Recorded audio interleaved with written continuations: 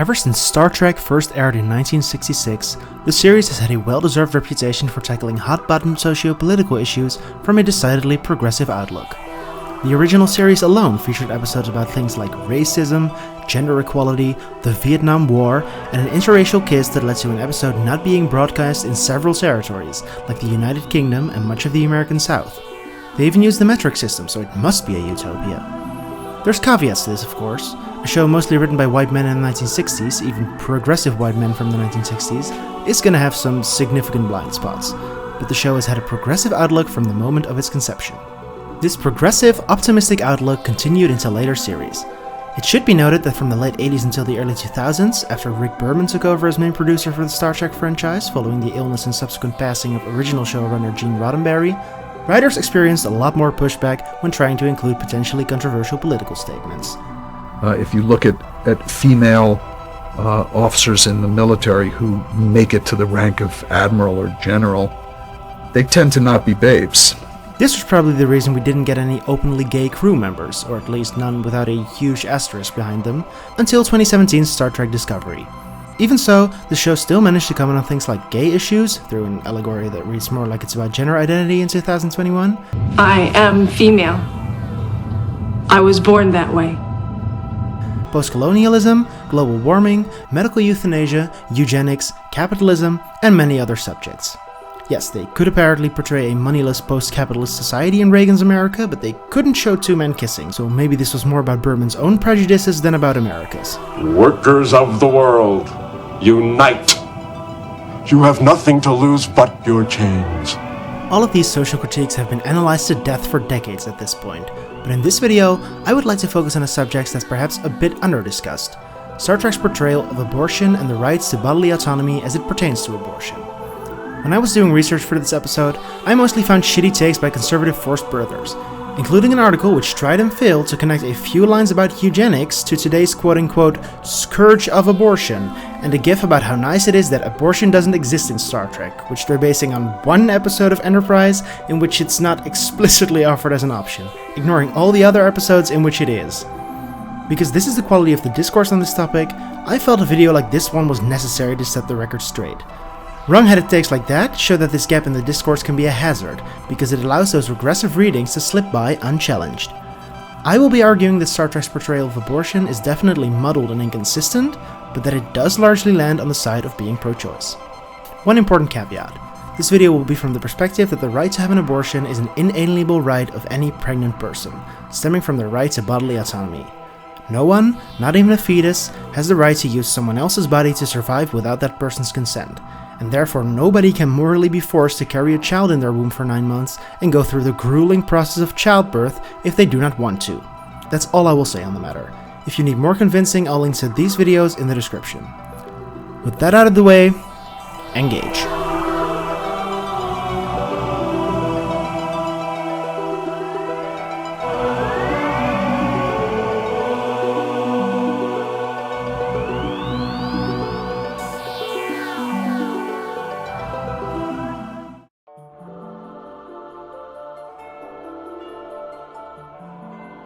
Star Trek's first explicit mention of abortion comes in a Season 2 episode of The Next Generation called The Child, in which Counselor Troi becomes pregnant from a non-corporeal lifeform, after which a meeting is called. Here, the officers of the Enterprise discuss the best course of action. Worf suggests terminating the pregnancy, because of the risk that this entity might pose, communicating that abortion is apparently very much on the table in the 24th century. Data, however, wants to keep the child alive in order to study it, while Riker and Dr. Pulaski discuss whether or not an abortion would carry any health risks for Troi. All the while, Troi herself sits silently by until she finally declares that she will carry the child to term, which only takes a single day, but she doesn't know that at this time. Captain Picard then declares the discussion to be over. Do whatever you feel is necessary to protect the ship and the crew. But know this: I'm going to have this baby.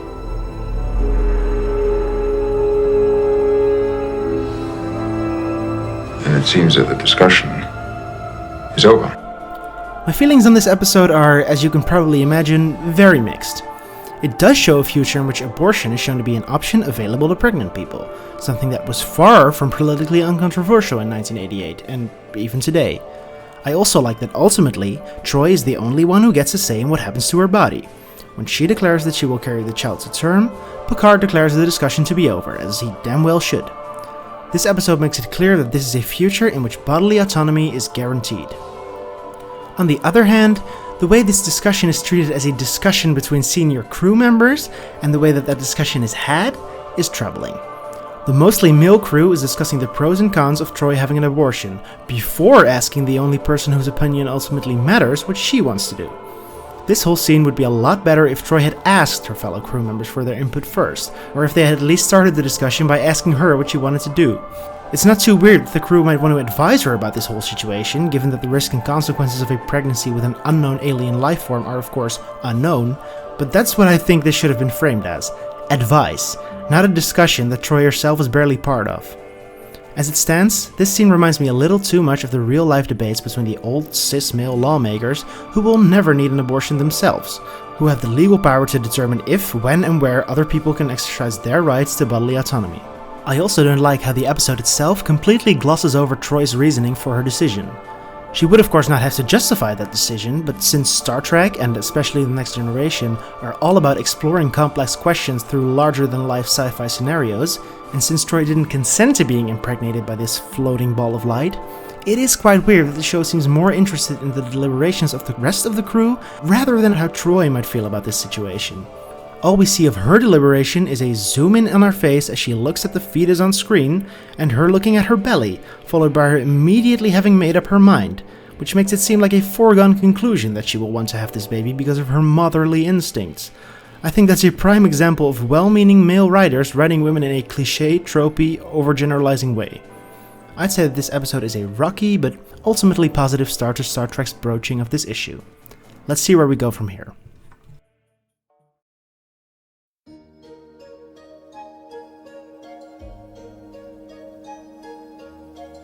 I'm only including this next episode, from the same season as the previous one, because of one line, and because writer Melinda Snodgrass later confirmed that it was indeed meant as an allusion to the pro-choice movement. In the episode Up the Long Ladder, the Enterprise encounters the colony of Mariposa, which consists entirely of clones. Due to a deadly accident, the original settlers of Mariposa were too few to establish a healthy population, and they could not make contact with the Federation to have them send more people. Instead of taking the biblical approach and resorting to inbreeding, they chose to populate the colony by cloning themselves. The Mariposans have not, however, been able to work around a phenomenon called replicative fading, which essentially means that subtle imperfections are added with every generation of clones. Because of this, they need new DNA, and they ask the crew of the Enterprise for fresh genetic material. Picard says they're welcome to take anyone's DNA with their permission, but not a single member of the crew consents to this. Having now grown desperate, the Mariposans kidnap Commander Riker and Dr. Pulaski and take their DNA without their consent. When the two later find out what happened, they beam back down to the Mariposa cloning facility and find clones of themselves in hibernation. Repulsed by this, they kill their clones, which Riker justifies with the following line. We certainly have a right to exercise control over our own bodies. You'll get no argument from me. Considering this was confirmed to be intended as an abortion metaphor, I found it to be very muddled. The part that checks out for me is the part where the Mariposans are only allowed to take DNA from the crew with their permission, even when their eventual refusal would lead to the end of the entire civilization. As dire as the situations of the Mariposans might be, it should not give them the right to violate anyone's right to control over their own body. The part where Riker and Pulaski's killing of their own clones is justified as exercising their right to bodily autonomy is a bit weirder to me. The invasion of their body was already in the past at that point, and the clones were no longer reliant on the bodies of Riker and Pulaski for their survival, which is obviously not the case when it comes to abortion. If your blood was forcibly taken from you against your will to save someone else's life with a blood transfusion, then I agree that would be an inexcusable violation of your right to bodily integrity, but I hope we can all agree that would not give you the right to kill the person whose life was saved with your blood. What we see in this episode seems more analogous to that scenario than to abortion.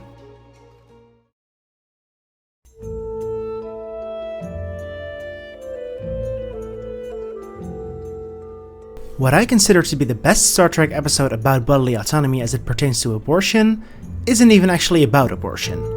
In the episode The Enemy, a Season 3 episode of The Next Generation, nobody is actually pregnant, but it does illustrate the reasoning behind the pro-choice movement very well. In the episode, a Romulan is wounded and can only survive with a blood transfusion.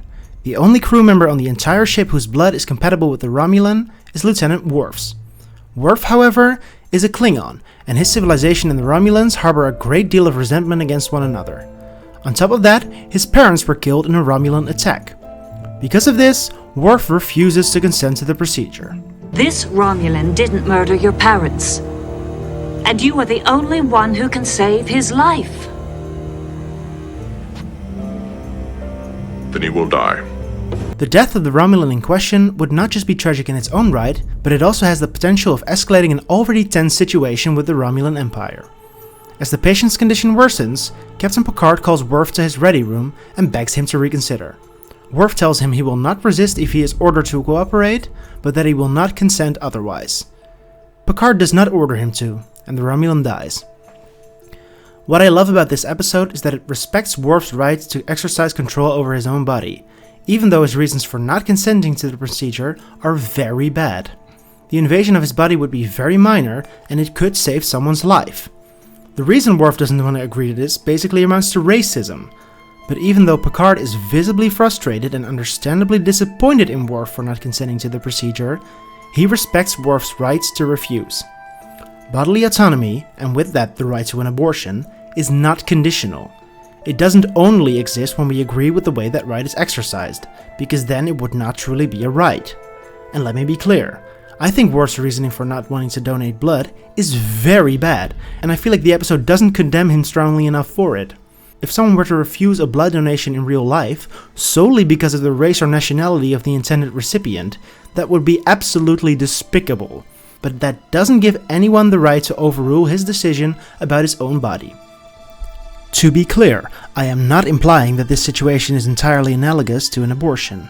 The intrusion on Worf's body is far more minor, and the results are far worse, since the person dying is unequivocally a full, thinking, feeling person. But that's actually why I think this is such a good example.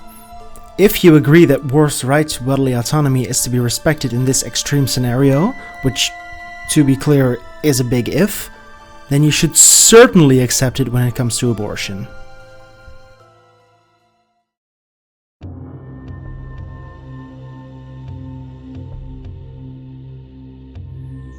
An episode that I wasn't actually sure about including is the episode Tuvix from Season 2 of Star Trek Voyager. In this episode, a transporter accident fuses head chef Neelix, Lieutenant Tuvok, and an orchid together into one new person. That makes Tuvix, as he comes to call himself, 1/3 Vulcan, 7/24 Telexian, 1/24 Mylian, and 1/3 orchid, which means he looks like this. Let's just be glad for him that the orchid seems to have mostly fused with his uniform, or we might have gotten some real body horror. Not knowing how to reverse the accident, Tuvix is given the rank of lieutenant and welcomed into the crew. He manages to make friends among the crew members and shows himself to be a very capable officer. He grows into a person in his own right, someone with relationships to others, his own set of skills, a distinct sense of humor, and most importantly, a will to live. And then he is killed. When the Doctor figures out a way to reverse the accident, that introduces a moral conundrum. In order to disentangle Tuvix's DNA and resurrect Tuvok and Neelix, Tuvix would have to die in the process. Tuvix makes it very clear that he does not want this, that he has the will to live of two men, but Janeway orders the Doctor to go ahead anyway. He refuses to take Tuvix's life against his will, however, because of the Hippocratic oath that he swore, so Janeway does it herself. Tuvok and Neelix are restored, at the expense of Tuvix's life. I am not 100% sure this episode was intended as an abortion metaphor, but a lot of people seem to read it that way. If it was, I kinda hate it. First of all, the metaphor doesn't quite track. I can kind of see how you could read Tuvix as an analog for a fetus, as he does in a sense need the bodies of Tuvok and Neelix to stay alive, but where the metaphor falls apart for me is in that Tuvok and Neelix are already gone when Tuvix is born. I think I was meant to see this as analogous to a pregnancy that is terminated because it threatens the life of the parent, but to me it seems more analogous to a parent dying in childbirth. When you view it like that, it's actually Tuvix's bodily autonomy that's being violated to save the lives of two others at the cost of his own, because I'd say killing someone against their will is a pretty severe violation of their right to bodily control. I could forgive the episode for having a metaphor that doesn't quite work, but what I can't forgive is the emotional manipulation at play here. If this is meant as an abortion allegory, then the issue is made to seem more morally complex than it actually is. I don't think we are unequivocally meant to side with Captain Janeway, but the stand-in for the fetus is turned into an autonomous, thinking, feeling person with a distinct, likable personality who desperately wants to live. I'm flesh and blood, and I have the right to live. I hope I don't have to tell you that none of that is true for fetuses, but it mirrors a lot of actual tactics that anti-abortionists use to guilt-trip people seeking an abortion into changing their minds. These people will tell you all sorts of lies about what fetuses are supposedly capable of, and in several US states, doctors are forced by law to make similar statements. 12 states, for example, force doctors to tell people seeking an abortion that the fetus will feel pain, a wholly unsubstantiated claim. If this episode is meant to be an abortion metaphor, which, again, I'm not completely sure of, then I quite frankly find it sickening that Star Trek, of all series, would engage in similar tactics of emotional manipulation. I do want to stress once more that it's not entirely clear that this episode even is about abortion, and if it's not, then I like it a lot more. There's several other real-life parallels you could compare this episode to, like the separation of conjoined twins at the risk of one of them dying, or just as a sci-fi trolley problem. In fact, I would recommend viewing the episode like that, since it makes for a way better viewing experience.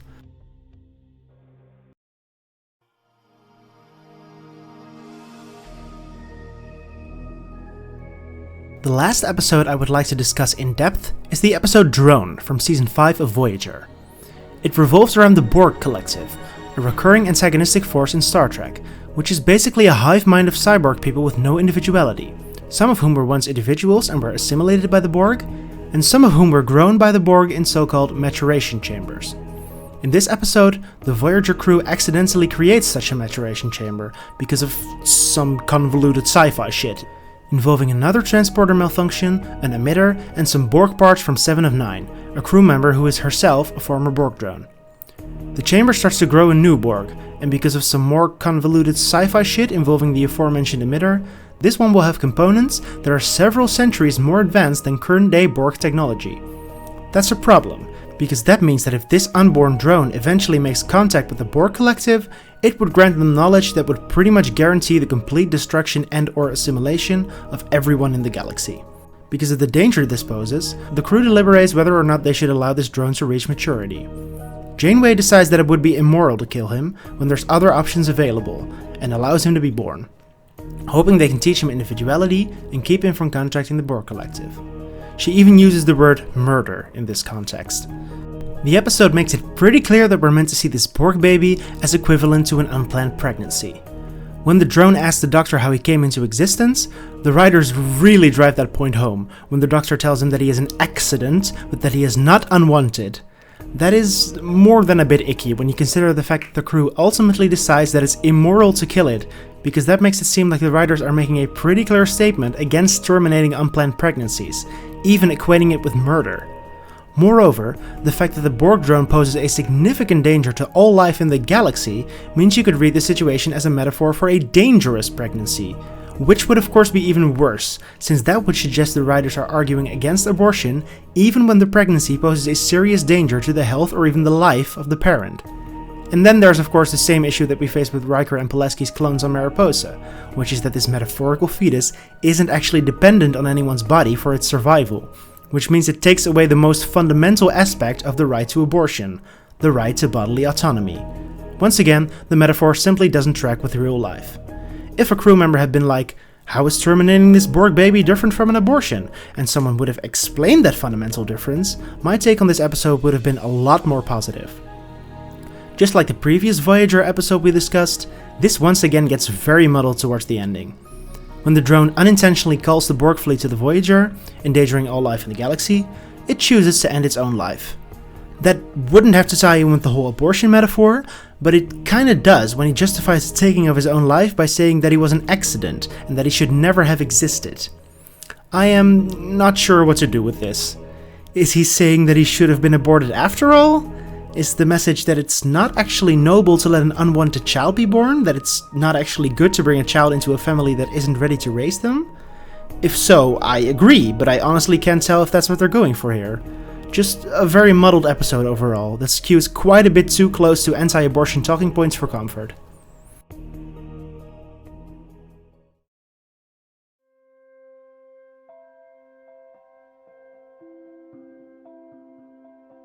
So there you have it. One episode that affirms a pregnant person's right to choose, albeit with a small caveat. One episode that is well-intentioned but muddled.